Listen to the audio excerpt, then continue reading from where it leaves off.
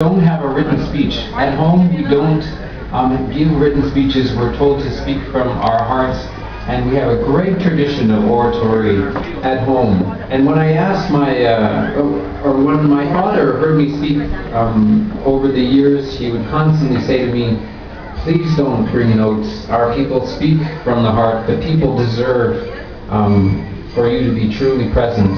And our way is not a way that you make up, it's one that you learn." And I bring this idea forward because, as you know, we live in a world of dichotomy. It's a very modern world, but we're from very ancient peoples. We're learning new ways and learning to adapt and be in schools and learn new things.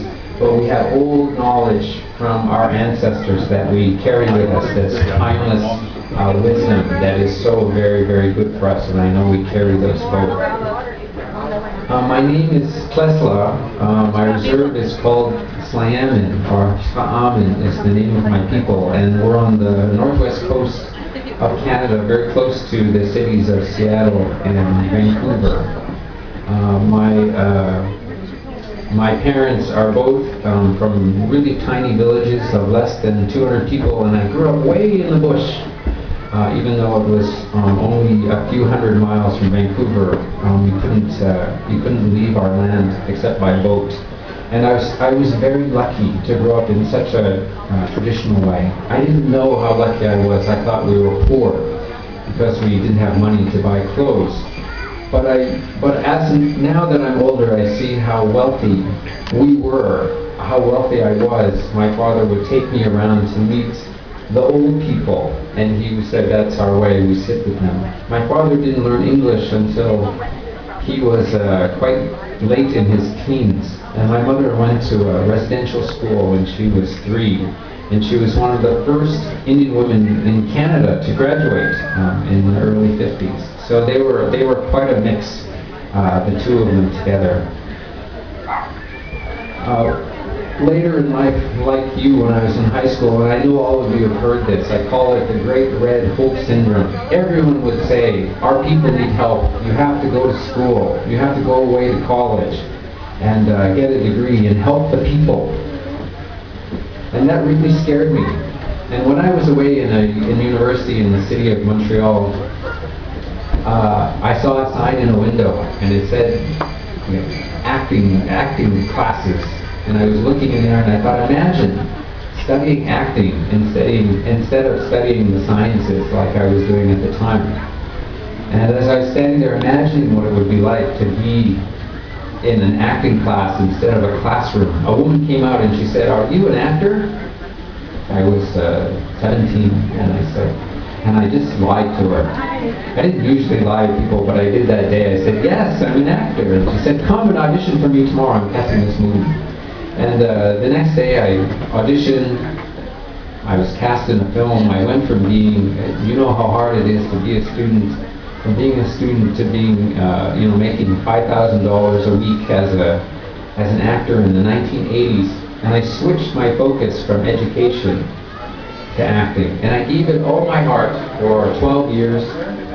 And while I was in this play, and I was trying to make a name for myself as a young actor, I did a play called King Lear, and we had an elder woman, like an elder white woman, playing the lead role. And the critics were so cruel to her. They said, "This actress is too old. She keeps forgetting her lines, and she should just go."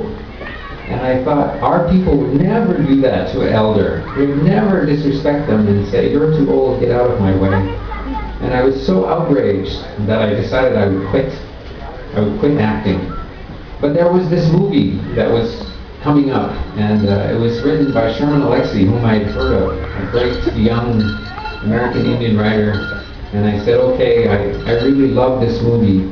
I really felt like being in love. I couldn't eat, I couldn't sleep. All I could think about was getting on this film. And I met with the director, Chris Eyre, who some of you know, and I met with Sherman Alexie, and they were kind of desperate too. They had met with a couple of actors, and they thought not quite right. And so I did this movie called Smoke Signals when I was 29, after being a professional for 12 years, and I felt ready for it. And in that film, if any of you have seen it, I hope some of you have seen Smoke Signals. Yeah. If you don't recognize me, because I know I look different, let me remind you. Hey, Victor, I'm sorry about your dad.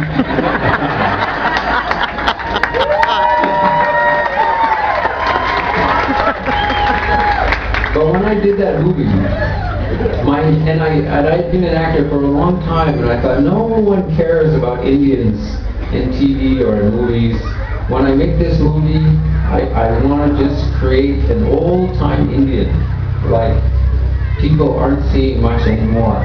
Because my nieces and nephews, even my grandnieces and nephews, they sound different than our people. Now when my niece tells a story, she sounds like this. She goes, hey, like once upon a time there was like this Reagan? And she sounds so different from the old ladies. So in Smoke Signals, I'm doing my very best to play the most beautiful Indian woman, old-time Indian woman you've ever met. And most people don't know that, but if you go back and see it, I'm playing the most beautiful elder woman who ever loved you. And so for me, the work was very holy. It wasn't about showing off and being an actor. I was trying to capture the people, those people that we knew. So I was 29, I made this movie, hadn't come out yet. My best friend was a doctor, and she said, Evan, you could be a doctor. And I don't know why I believed her. I was just in my mind I was a dumb actor. What was I thinking? Trying to go into science or into medicine? I'm on the red! Yeah! Whose dog is that? It's everybody's dog.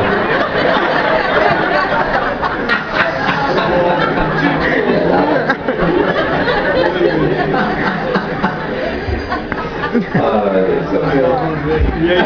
I'm changed. Where was I? So I decided I would go to medical school. I applied, I got in, and like you, when I arrived on my graduation day, I got to look back. I got to remember all of those people whose shoulders I stood on. All those people who helped you out. Do you remember all those people who like gave you things? Looked after your kids or cooked you meals. They looked at you and they thought, oh, you're so sad. Let me give you something. You look so pathetic. You look so tired, and then you combed your hair. You look kind of ugly. And it'd be so nice to you and you felt so humiliated. But you're a student and you're trying to find a better place. And you get to remember all the triumphs as well. You know, those grades that you got that you couldn't believe you could get. Those classes you were sure you were going to fail, but you did okay. And all of those times that you wanted to quit, all those times you thought, I'm not going to make it. I just don't have what it takes. I don't have the time or the energy. I can't get up and do this again. But you did it. And